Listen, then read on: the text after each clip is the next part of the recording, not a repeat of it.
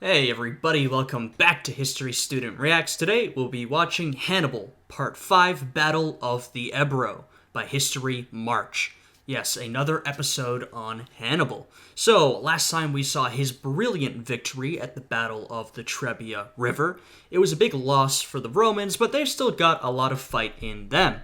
In fact, we saw some conflict brewing back in the Iberian Peninsula, which Hannibal had left in order to march over the Alps and fight the Romans. So I think we might be looking back there during this episode.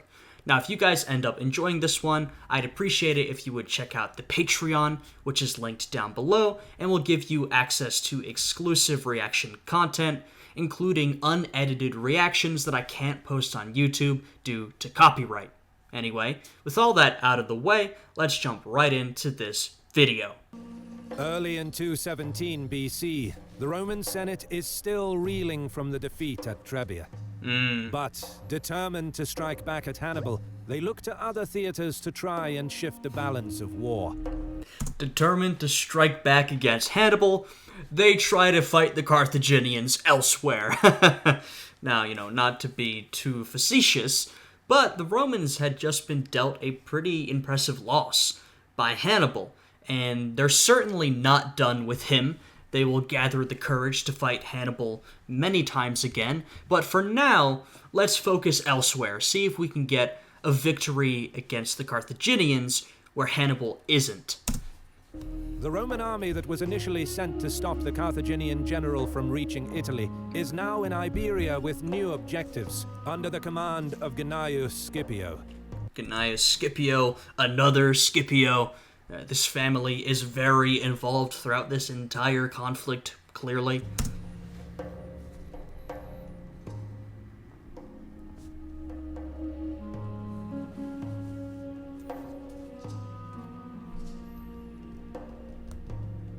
After first arriving in Iberia in early autumn of 218 BC, Gnaeus Cornelius Scipio Calvus defeated and captured Hanno, along with thousands of Carthaginian troops. Yup, and just like the Scipio family is very much involved on the Roman side of things, the Barca family is very much involved on the Carthaginian side of things.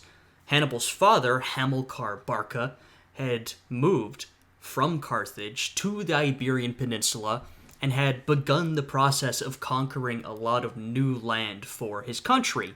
And the rest of his family members, Hasdrubal, Hannibal, of course, in particular, had helped with that process. So, of course, we have a conflict between these two empires, one of which is a great trading empire, the other is a growing land power, but we also have a conflict between these two families. He also seized the rich baggage train that Hannibal left behind when he marched into the Pyrenees Mountains while on his way to Italy. But despite this victory, Gnaeus lost many of his ship crews during Hasdrubal Barca's raid into the Roman enclave, which crippled his fleet. Luckily for the Romans, Hasdrubal was outnumbered 2-1, and he retreated soon after this minor victory, as he could not mount a full-scale offensive. Both generals used the winter months to regroup and plan for the coming year. We'll see how these two handle fighting each other.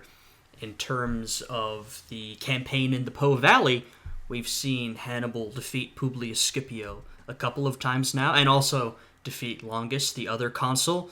But now we have two different members of the same family. How will Hasdrubal do against Gnaeus? The Roman general's main objective is to prevent Iberian reinforcements from reaching Hannibal by land.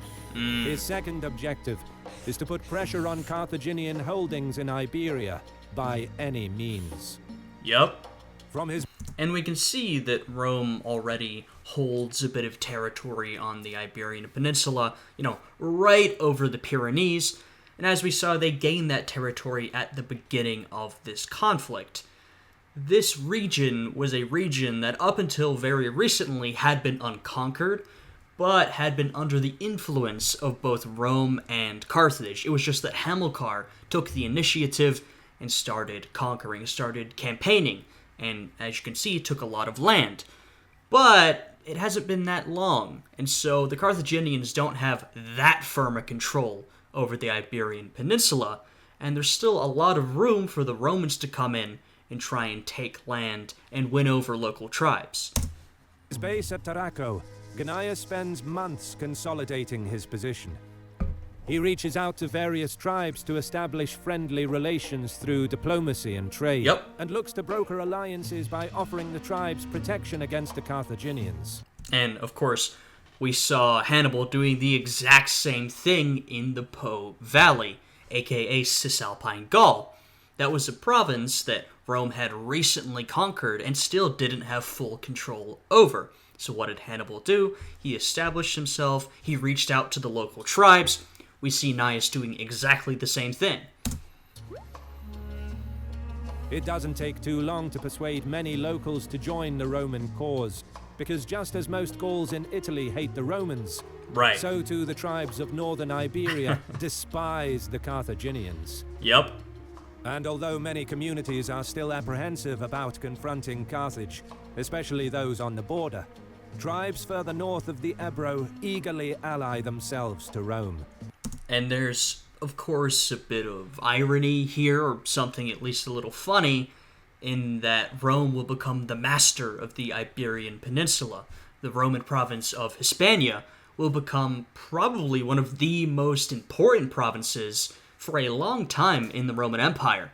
So right now, these tribes are fighting back against the Carthaginians, siding with the new kids on the block, the Romans. Eventually, the Romans will have control of all of this territory. Of course, that's also true for Cisalpine Gaul.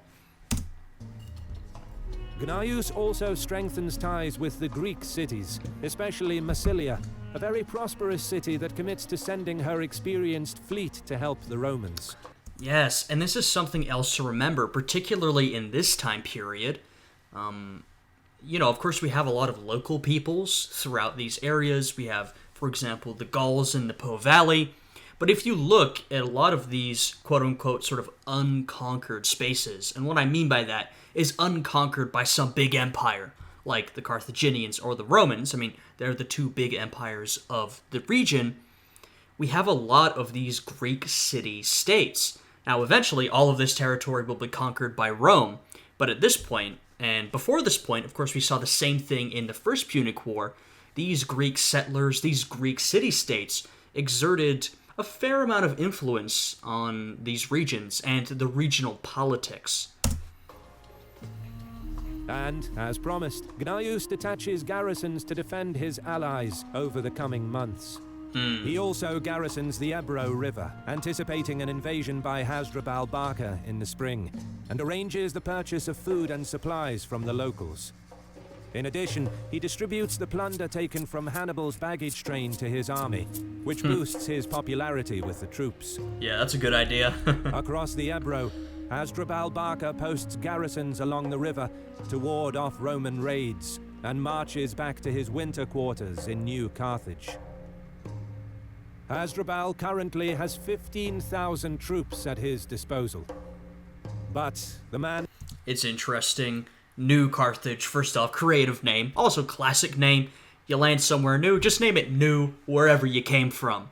But it sort of gives us an idea of how new the Carthaginian conquest is, and also sort of the geographical element. The Carthaginians have recently moved north from North Africa up into the Iberian Peninsula and started conquering. And of course, where is Carthage's regional capital? Well, it's down south. Makes a lot of sense. Manpower reserves and the riches of Carthaginian Iberia give Hasdrubal enough muscle to quickly respond to the Roman threat.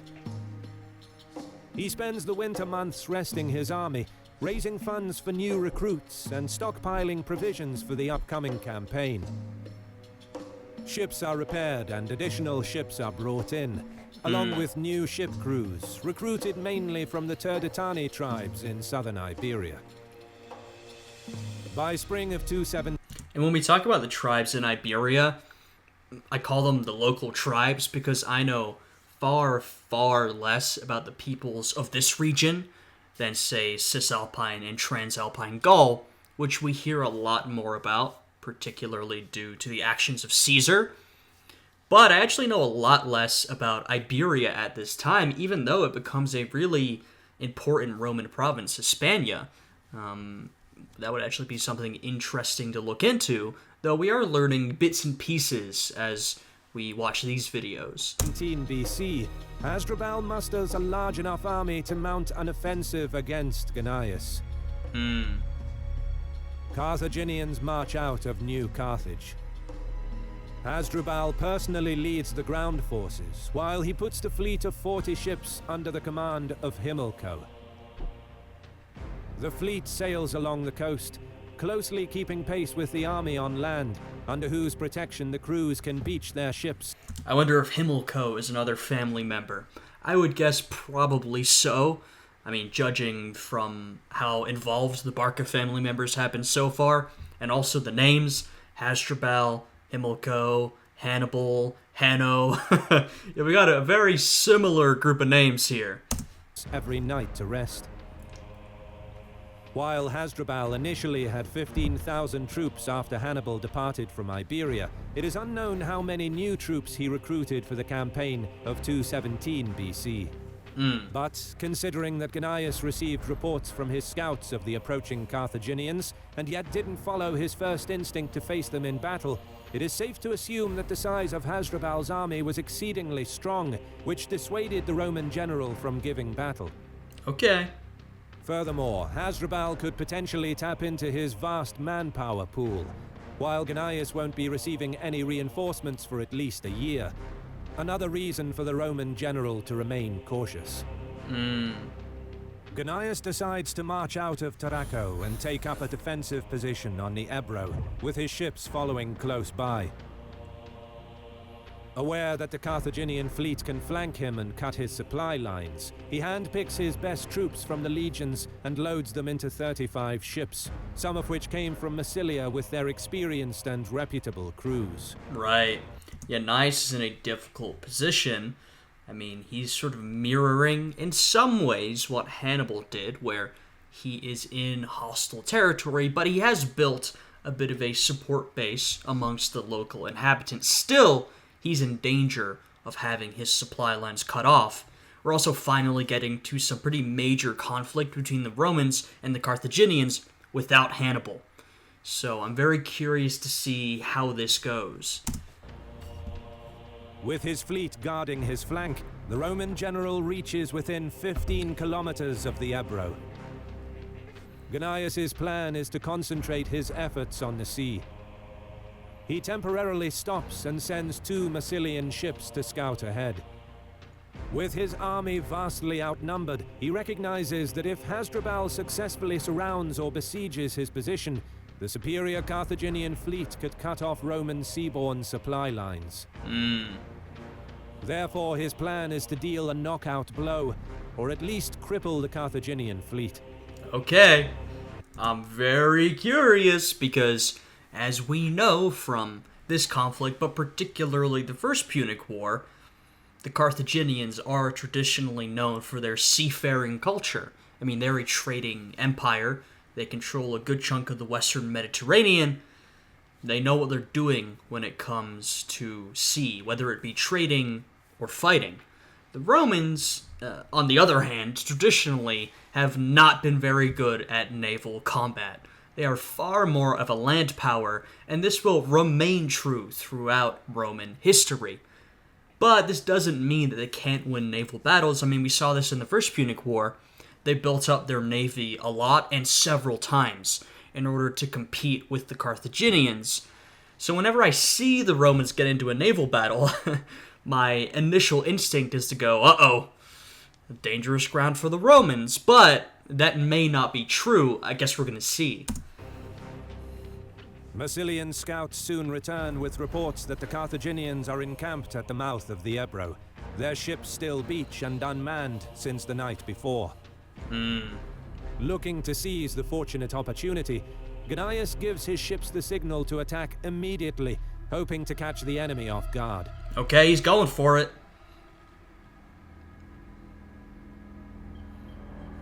They make haste towards the Ebro, formed in 2 lines. The higher quality Massilian ships are in the front, their crews leading the way, while the Roman ships are formed up behind them. That's funny. So the Romans are doing what they often do, or something similar to what they often do, which is basically using auxiliary forces. We see this, for example, with Rome's cavalry. They would often take cavalry from, say, the Gauls. They would use a lot of Gallic cavalry, because Roman cavalry, it wasn't that good. They were better at infantry. We're seeing the same thing here. The Roman ships and the Roman crews, they're at the back, with the Massilian crews at the front. However, Carthaginian scouts along the coast spot the enemy fleet and sound the alarm. Okay. Hasdrubal draws up his land forces on the beach and orders Himilco to embark his crews and put to sea straight away. Oh, man. The Carthaginians, although caught by surprise, have confidence in their ships. Yeah, as they should. Hasdrubal's troops cheer on the crews as they close the distance to meet the Romans. 2 Massilian ships are intercepted. Himilco's men rush to board the enemy vessels. On the right flank, Carthaginian ships double up on the Romans. As they board the enemy, Himilco's crews begin overwhelming the Massilians and Romans on the right. Meanwhile, chaotic fighting spreads in the center as the Romans latch onto several enemy vessels. And we can see the style of naval warfare here is boarding. Now, there's been a lot of different styles of naval warfare throughout history. Boarding is one of them, and it's been also used throughout history. This, as we saw in the First Punic War, is a little more favorable for the Romans. This is what they wanted last time, because they weren't so great at naval combat, ramming, that was a big tactic. And so the Romans tried to make sure that they could board the enemy ships and fight hand-on-hand, get into a melee. Here, it seems like a bit of a mess. It's going back and forth, but unfortunately for Gnaeus Scipio, the Carthaginians seem to have managed to get ready in time, and they've put up seemingly a fairly impressive response.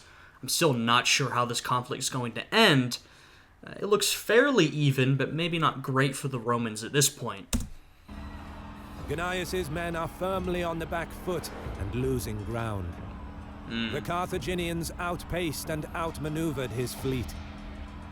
But the battle-hardened Roman troops in the center hold their ground. Yep. And that's the point I was making. The Romans, while not traditionally great at naval combat, if they can get into a hand-to-hand melee, they're a lot better at that. So what we're seeing in this battle was that at sea, the Carthaginians outmaneuvered the Romans.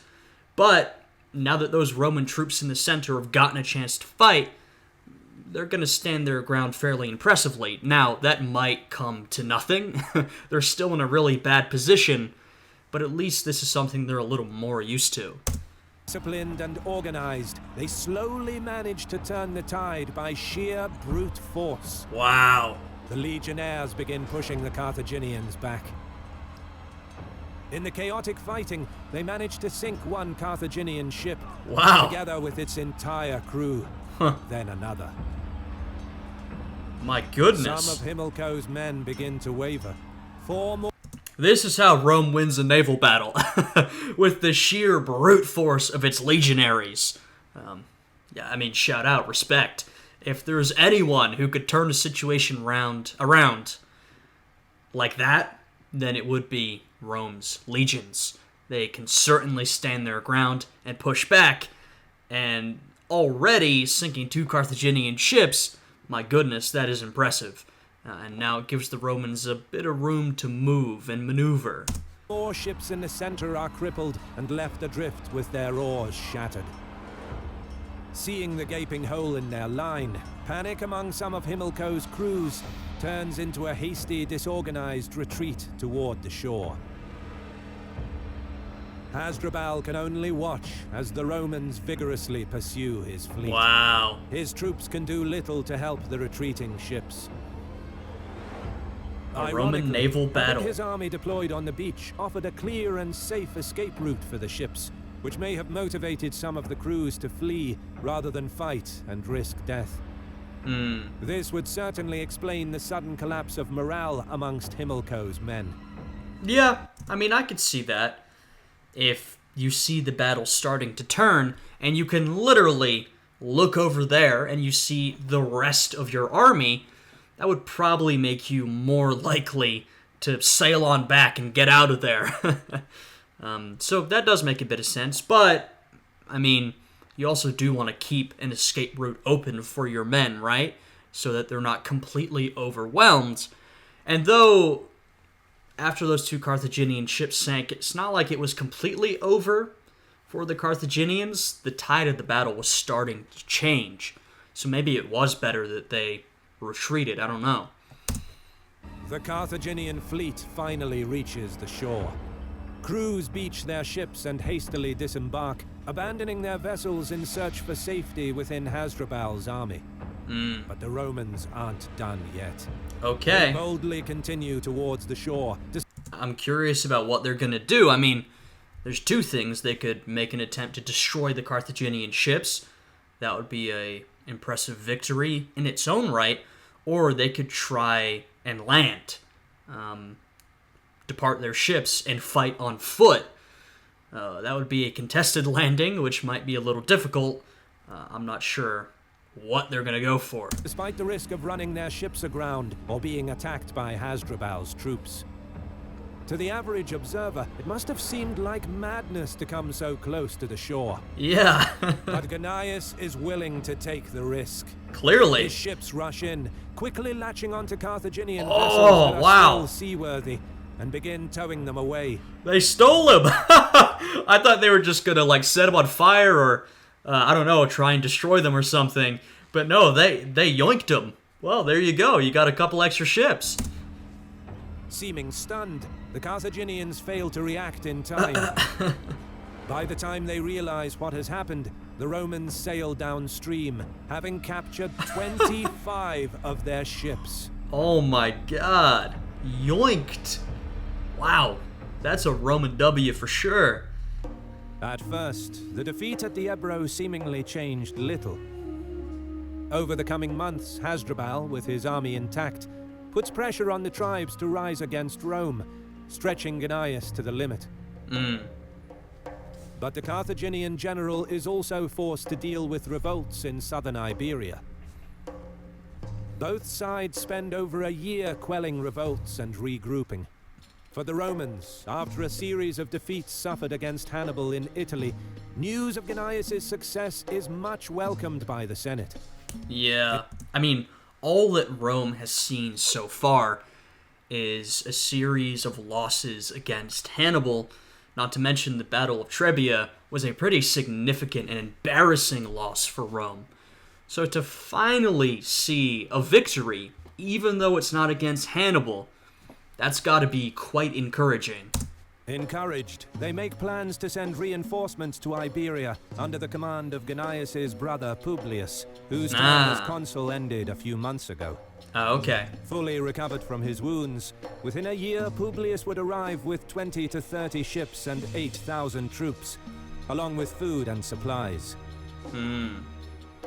However, it is Gnaeus' perseverance at the Ebro that would prove to be the turning point of the war in Iberia. Okay. For the next 10 years, the Carthaginian Iberian coast would be undefended. Exposed to Roman raids, Carthage will have to divert a lot of manpower to defend its Iberian towns and countryside. And over the coming years, the Scipio brothers will pose a serious threat to the Carthaginian war effort. Yep, always comes back to the Scipios. We have the Scipio brothers, who are presenting a formidable threat, even though Publius has been defeated by Hannibal.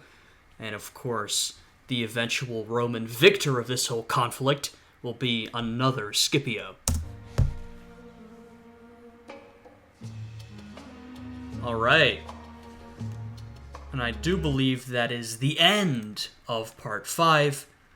Yeah, this was a good one. It was interesting to see some of the Second Punic War outside of Hannibal's exploits. Of course, this series is primarily focused on Hannibal, but it is more broadly focused on the Second Punic War. And I've said before that I'm a bit familiar with Hannibal. I know some of his more famous exploits and battles, though I still have a lot to learn in terms of Hannibal's journey. I certainly do not know much about the rest of the Second Punic War, so stuff like the Battle of the Ebro River, a lot of this is completely new to me, and so I really enjoy learning this for the first time. I hope you guys are enjoying the series. I certainly am. If you are, I'd appreciate it, once again, if you would check out the Patreon, which is linked down below. If you could leave a like on the video and subscribe, and leave a comment if you have something to comment.